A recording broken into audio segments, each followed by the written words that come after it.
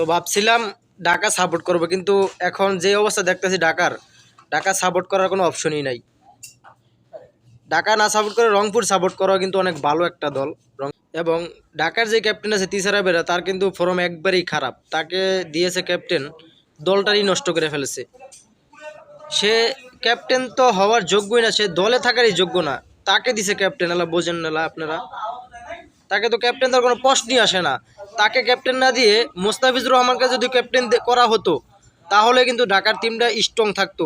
সেও জানে যে লোকাল ক্রিকেটারগুলো কেমন কেমন খেলে বা কেমন আশা বিষয় বা কেমন খেলে, কিন্তু তিসারা পেরা কিন্তু তেমন কিছু জানে না যে লোকাল ক্রিকেটার কেমনে খেলে। ঢাকার বড় শক্তি হচ্ছে দেশি ক্রিকেটার।